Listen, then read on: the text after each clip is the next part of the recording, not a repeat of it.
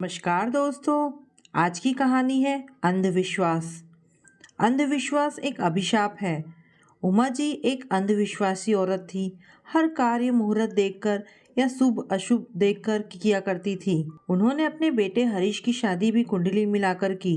शादी से लेकर हर छोटी से छोटी बात में मुहूर्त देखा।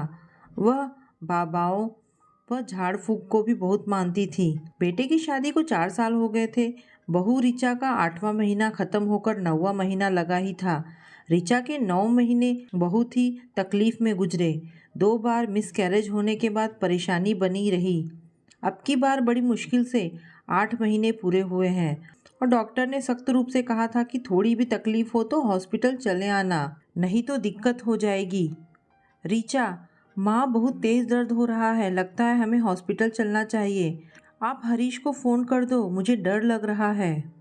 उमा, ऋचा थोड़ा दर्द सहन कर लो, अभी तुम्हारे डिलीवरी का समय दूर है। आज बाबा जी ने झाड़ा लगाना है, उसके बाद हम हॉस्पिटल चलेंगे। ऋचा, माँ मुझे बहुत तकलीफ़ हो रही है, आप हरीश को जल्दी से ऑफिस से बुला लो और मेरी माँ को भी फ़ोन कर दो। उमा जी हरीश को व ऋचा के माँ को फ़ोन करके आने को कहती है। हरीश, ऋचा तुम चिंता मत करो, अभी हम 15-20 मिनट में हॉस्पिटल पहुंच जाएंगे, सब ठीक हो जाएगा। देखो तुम्हारी माताजी भी आ गई हैं।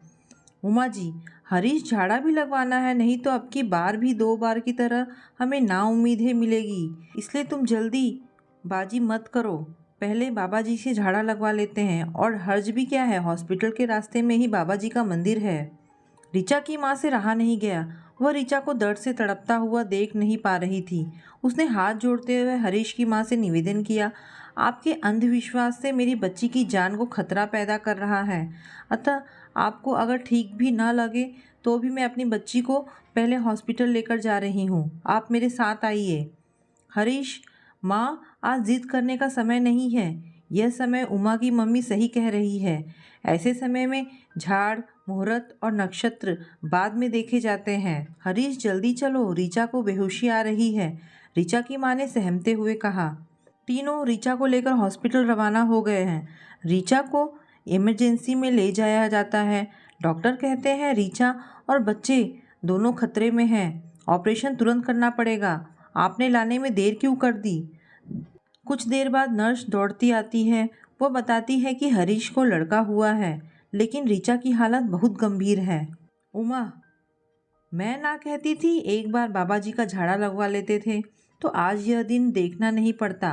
अब अगर ऋचा को कुछ हो गया तो हरीश और बच्चे का क्या होगा? लोगों ने ऐसे ही यह विश्वास नहीं बनाए, पर आजकल तो कौन इन बातों को मानता है। फिर ऋचा की ज़िंदगी की खुद ऋचा की माँ जिम्मेदार है। ऋचा की मम्मी की आंखों में नमी है, वह कुछ सोच नहीं पा रही है। उन्हें बस ईश्वर से हाथ जोड़कर प्रार्थना है कि वह उनकी बच्ची को बचा ले। इतने में डॉक्टर ऑपरेशन थिएटर से बाहर आती है और बताती है कि अब ऋचा खतरे से बाहर है। अगर वह 10 मिनट और लेट ऋचा को हॉस्पिटल लाते तो शायद बच्चा व ऋचा दोनों की ज़िंदगी नहीं बच पाती। उमा जी यह सुनकर डर गई और वह ऋचा की माँ के गले लग गई कि उनकी एक गलती से आज कितना बड़ा नुकसान हो जाता। उनके बेटे की तो ज़िंदगी ही ख़त्म हो जाती। और उन्होंने निर्णय लिया कि किसी भी अंधविश्वास को इतना हावी न होने दे कि वह आपकी वास्तविकता को भी नकार दे। इस कहानी में उमा जी अच्छी सास भी हैं और माँ भी हैं, पर वह अंधविश्वास झाड़ फूक मंत्र में अत्यंत विश्वास करती हैं। वह समय के महत्व को नहीं समझ पा रही हैं। वस्तु स्थिति के लिए उन्हें पहले क्या निर्णय लेना चाहिए। हमेशा समय में जो वास्तविक आवश्यकता है उसको प्राथमिकता मिलनी चाहिए, ना कि अंधविश्वास को।